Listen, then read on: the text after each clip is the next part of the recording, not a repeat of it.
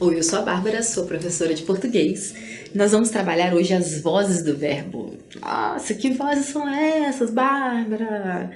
São as vozes que eu escuto na minha cabeça à noite, quando eu tô sozinho. Não, não são, gente. Essas vozes aí você precisa ver depois como é que você vai resolver, mas não são essas vozes que eu tô falando. São as vozes do verbo. O que são as vozes do verbo? As vozes do verbo. Dá-se o nome de voz a forma assumida pelo verbo para indicar se o sujeito gramatical é agente ou paciente da ação. Como assim? Bom, agente, né? Olha como é que é esse nomezinho agente, né? Não é agente de eu, você. Não, gente. Agente. Olha, vamos aproveitar para explicar isso aqui. Agente, né? Temos aqui, nessas duas palavrinhas, nós temos um substantivo e um artigo, né? Agente, que pode dizer sobre a gente brasileira, por exemplo. A gente brasileira é muito bonita, tem uma diversidade tão grande, né? Pode ser isso. Pode ser a gente, eu e você, né? Juntinhos. Então, a gente, eu e você, você e eu. Né? Mesma coisa que nós.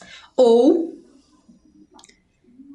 pessoas, né? Se a gente falar de uma forma abrangente, tipo, a gente brasileira. Agora, a gente é aquele que age, né? É aquele que age, é quem tá agindo. Então, por exemplo, o agente secreto 007, ele é agente assim, ó, junto. Tá? O que é aquele que age? Então, nesse caso aqui, né? O agente é aquele que está agindo na ação. Quem é que está praticando a ação do verbo, né? O sujeito, por exemplo, é um agente. Agora, o paciente é aquele que recebe, que sofre a ação, tá? É o mesmo paciente, do mesmo jeito que a gente escreve paciente paciente de médico, de hospital, o mesmo jeito que a gente escreve paciente de ter paciência, né? Tudo é a mesma coisa. Com sentidos um pouco diferentes, mas é a mesma palavra. Só o agente mesmo que tem essa diferençazinha, né? Entre o agente junto e o agente separado. Bom, então beleza, né? Já sabe o que são vozes do verbo. É a forma assumida, né? O nome que se dá à forma assumida pelo verbo para indicar se o sujeito gramatical é agente ou paciente da ação. São 3 vozes verbais. Vamos lá. Nós temos a voz ativa, quando o sujeito é agente, isto é, pratica a ação expressa pelo verbo. Ele fez o trabalho, né? Então, nós temos ele, que é o nosso sujeito agente, porque é ele que fez mesmo, ele foi lá e botou a mão na massa e ele fez o trabalho, né? Fez é o verbo, a ação, né? O trabalho é o objeto, né? O paciente. Por quê? Foi o que sofreu a ação dele, né? Ele que fez, ok? Então, essa é a voz ativa, quando o sujeito é agente, isto é, que pratica a ação expressa pelo verbo. Agora, passiva, quando o sujeito é paciente, recebendo a ação expressa pelo verbo. Então, olha só, o sujeito, né, vai sofrer a ação. O trabalho foi feito por ele. Então, olha só. Prestem atenção na mudança. Como isso muda o sentido. Olha só. Ele fez o trabalho. Se eu colocar o nome de uma pessoa, vai ajudar mais? Vamos lá. Marcos fez o trabalho. Agora aqui. O trabalho foi feito por Marcos.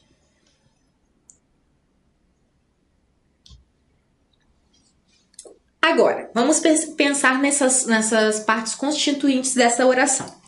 O trabalho é o sujeito paciente. Por quê? Ele, né, olha só, foi feito, né, é uma ação que está se relacionando diretamente ao trabalho. Né? Nós temos aqui uma locução verbal, né?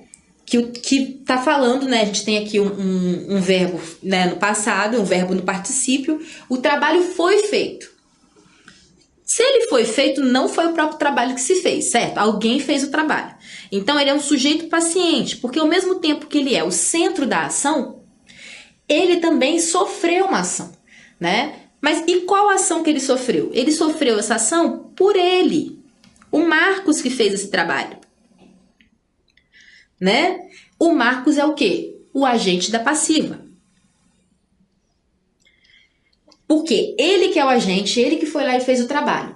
Só que quando a gente coloca as coisas nesses termos, né? A gente coloca na voz passiva o verbo, a oração, a gente percebe que a ordem é invertida, né? Não é mais essa ordem que a gente vê normal, né? Que é a voz passiva. Não é essa mesma ordem da voz passiva. Ela muda a ordem das coisas. É como se a gente tivesse a perspectiva do paciente. A gente tem a perspectiva daquilo que foi feito e não daquele que fez, tá? Daquele que recebeu a ação e não daquele que executou a ação. Agora, nós temos também a voz reflexiva, né? Quando o sujeito é, ao mesmo tempo, agente e paciente. Isso é, pratica e recebe a ação. Por exemplo, o menino feriu-se. Ele feriu a ele mesmo, certo? Então, ele praticou, ele provavelmente pegou a faca escondido da mãe dele, que não pode mexer, ou uma tesoura com ponta, e tava lá fazendo bagunça, né? Mexendo em coisa que ele não devia, e pá, ele de repente se cortou, se feriu. E aí, ao mesmo tempo que ele que estava operando o instrumento que feriu a ele próprio, né? Ele se feriu, né? Então ele praticou a ação e ele sofreu a ação. Por isso nós temos um verbo, né? Uma voz reflexiva, ok? É tipo a gente na frente do espelho, pense isso, né? Quando você diz na frente do espelho, eu estou me vendo no espelho, isso também é reflexivo, né? E é muito literal, porque você realmente, né? O espelho é o símbolo máximo do reflexivo. Então, você tá lá de frente para o espelho e diz, eu me vejo no espelho. Ao mesmo tempo que você está executando a ação, você está sofrendo a ação. Você está vendo e sendo vista por você mesmo, né? É tipo isso. Então, beleza, essa é a voz reflexiva. Observação, né? Muito importante. Não confundir o emprego reflexivo do verbo com a noção de reciprocidade. São duas coisas diferentes, gente. Reciprocidade, a gente precisa de duas pessoas, no mínimo. Ok? Reflexivo, a gente só precisa da gente mesmo. É uma coisa que a gente pratica e a gente recebe. Ok? No caso do recíproco, né? É uma troca. Então, o recíproco, né? Os lutadores feriram-se, né? Feriram o quê? Um ao outro. Ok? Formação da voz passiva. A voz passiva pode ser formada por dois processos, analítico ou sintético. Vamos entender. Voz passiva analítica constrói-se da seguinte maneira. Nós temos o verbo ser, mais o particípio do verbo principal. Bom, particípio vocês lembram, né? Quando uma ação está concluída, tipo assim, pintada, feita, escrita, comido, falado, né? Dito. Ah, já foi dito. Agora você não tem... A palavra dita é aquela que você não pode voltar atrás. Sabe? Porque já foi dito, uma coisa que está concluído. Então, particípio é isso. Particípio, verbos no particípio, são esses verbos que já estão concluídos. É um tempo completamente concluído. E concluído já há algum tempo, tá? No passado. Então, olha, a voz passiva, né, constrói-se do verbo ser, tá? Mais o particípio. Então, vamos lá. A escola será pintada, né? Então, olha só, a escola aqui é o sujeito paciente, tá? O trabalho é feito por ele. A gente já fez essa frase, essa análise, olha. O trabalho é feito. Então, olha só, será pintada é a locução verbal, né?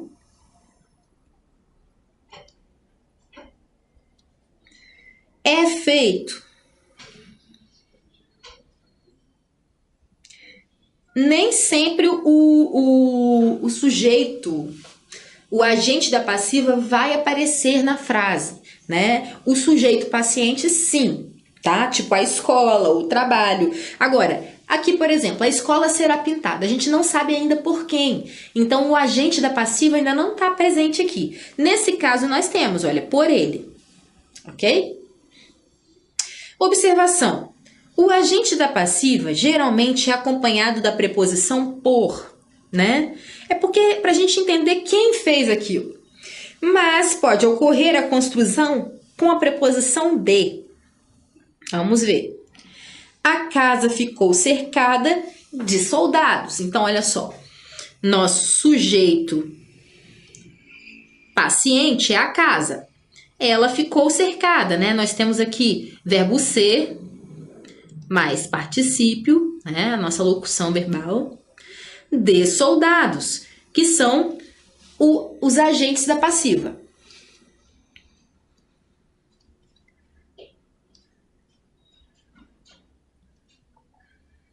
Ok?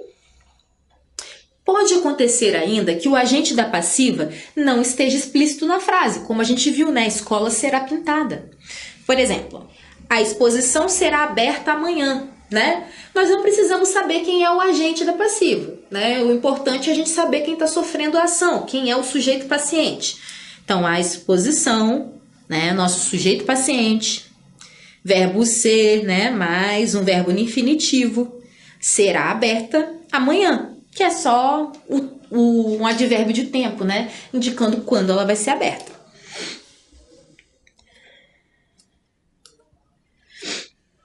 A variação temporal é indicada pelo verbo auxiliar ser, pois o particípio é invariável, né, gente? O particípio ele não tem tempo, o particípio é uma coisa concluída e não varia. Então a gente não sabe, né? A gente sabe simplesmente que é uma ação terminada, uma ação que já está no passado. Então, olha só. Observe a transformação das frases seguintes. Ele fez o trabalho, né? Nós temos aqui pretérito perfeito do indicativo. O trabalho foi feito por ele. Pretérito perfeito do indicativo, né? Então, nós temos aqui, ó. Ele fez.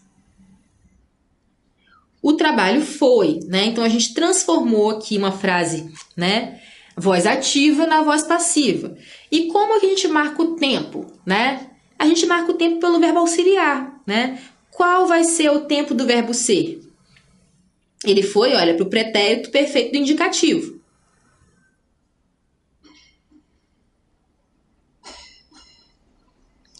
Né? Então, o trabalho foi feito por ele. Ele fez o trabalho. Desculpem. Ele faz o trabalho. Então, olha só. Na verdade, nós temos aqui, ó, o mesmo tempo, certo? A gente só muda a voz, né? Aqui nós temos a voz ativa, que a gente transformou na voz passiva. Ele faz o trabalho, presente do indicativo. O trabalho é feito por ele. Então, como a gente transforma? Olha, o verbo auxiliar, que vai ser, né, que vai acompanhar a variação de tempo, né? A gente não tem como fazer isso com um particípio. Então, né, como aqui era presente do indicativo, a gente transforma na voz passiva também, né, com o presente do indicativo. Ele fará o trabalho, né? Futuro do presente. Transformando, a gente tem o trabalho será feito. Tá? O trabalho será feito por ele. Também futuro do presente. Nas frases com locuções verbais, o verbo ser assume o mesmo tempo e modo do verbo principal da voz ativa. Observe a transformação da frase seguinte. O vento ia levando as folhas. As folhas iam sendo levadas pelo vento, né? Então, olha só. Nós temos locuções verbais aqui, ó, uma locução verbal aqui já na primeira frase, né? Na frase da voz ativa, né? O verbo ser assume o mesmo tempo e modo do verbo principal. Então, olha só. O vento ia levando, as folhas iam sendo levadas, né? Então, a gente continua dando essa ideia de gerúndio, tá, gente? Olha só como a gente consegue, né, transmitir esse movimento, essa continuidade do gerúndio para a voz ativa, né? O vento ia levando as folhas, nós invertemos, né? O sujeito paciente, né? O objeto, na verdade, passa a ser o sujeito paciente. Então, as folhas iam sendo, na verdade, aqui, ó. Na verdade mesmo, a nossa locução verbal ela é maior aqui, ó. Iam sendo levadas, tá? É uma locução que tem 3 verbos, diferente da primeira, que só tem 2. Observação. É menos frequente a construção da voz passiva analítica com outros verbos que podem eventualmente funcionar como auxiliares, tá? É menos raro. É mais raro, tá? Menos frequente. A moça ficou marcada pela doença. Então, ficou marcada, né?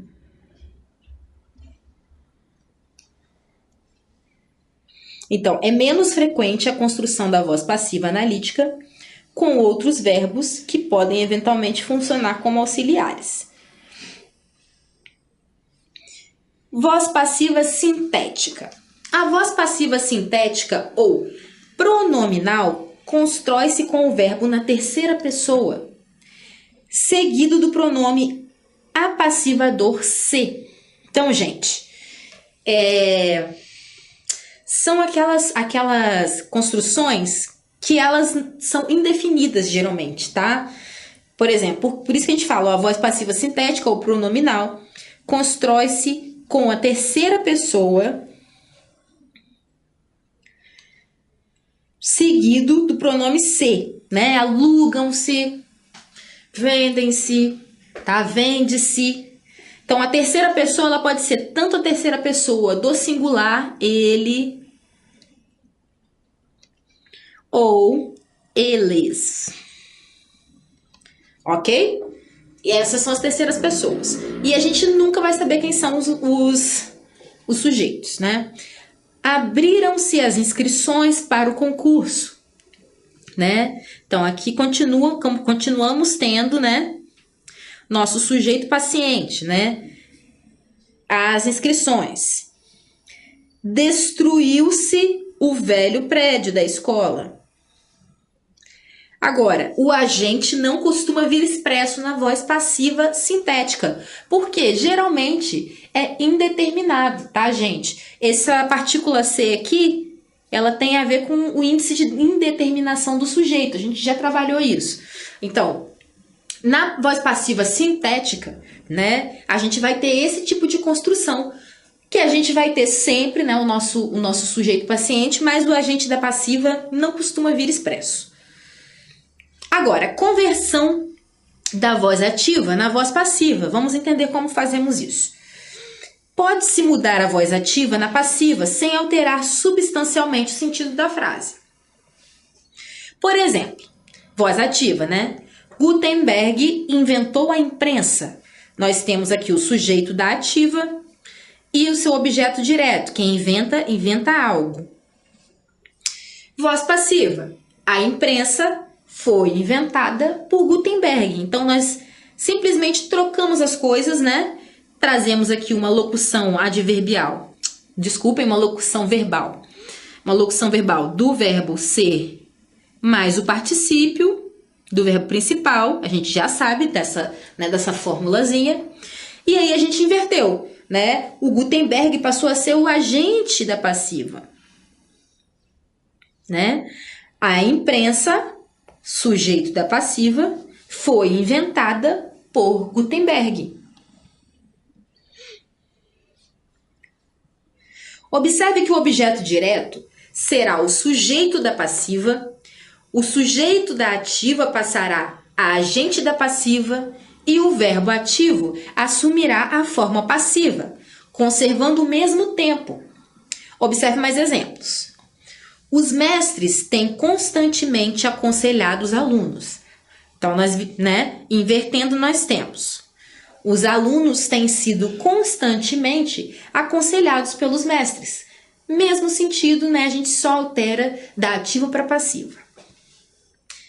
Eu o acompanharei. Ele será acompanhado por mim. Mesma coisa, A gente, mantém aqui o tempo verbal. Isso é muito importante, tá, gente? Ficar atento para fazer essa transformação da maneira correta. Observação. Quando o sujeito da voz ativa for indeterminado, não haverá complemento, agente na passiva. Por exemplo, prejudicaram-me, Transformando na ativa, fui prejudicado. Verdade contrária, Ativa, aqui ele não diz quem é, indeterminado o sujeito. Então, fui prejudicado e você não tem como dizer por quem, tá? Então, não haverá complemento.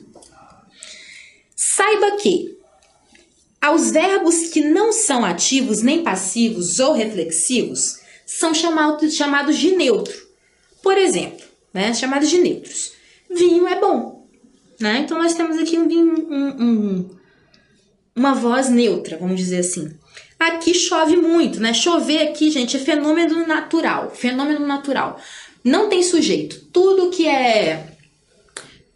que é fenômeno da natureza, Trovejou, relampejou. Agora esqueci como é que é o tempo, gente. Desculpe como é que é a conjugação. Mas tá. Choveu, ventou, amanheceu, anoiteceu. Tudo que é ação natural não vai ter um sujeito. Então fica, Aqui chove. Chove muito. Neutro no caso.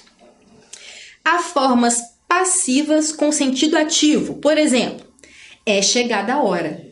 Olha só, dá uma ideia de que é a coisa ativa, mas não, é chegada. Diferente de chegou a hora, mas é a mesma coisa. Ainda não era nascido, Eu ainda não tinha nascido. Então, eu ainda não era nascido. Inversamente, usamos formas ativas com sentido passivo. Por exemplo, há coisas difíceis de entender, Ser coisas que serem entendidas, Porque é muito mais a ação das coisas sobre a gente do que a gente sobre as coisas. Então, há coisas difíceis de entender, mas que, na verdade, as coisas são difíceis de serem entendidas, tá? Mandou-o lançar na prisão. Mandou ser lançado. Os verbos chamar-se, batizar-se, operar-se, no sentido cirúrgico, e vacinar-se, são considerados passivos. Logo, o sujeito é paciente. Por exemplo, chamo-me Luiz, Olha, o sujeito é paciente. Batizei-me na igreja do Carmo, O me aqui que é o sujeito, tá, gente? Eu coloquei o Luiz, mas dá no mesmo, Aqui no caso do Luiz, os dois são sujeitos, Operou-se de hérnia. Aqui, ó. Aqui o sujeito é meio, É ele. É elíptico. Vacinaram-se contra a gripe, Eles. Aqui chove muito, Chover não tem sujeito, ok? Bom, é isso. A gente fica por aqui.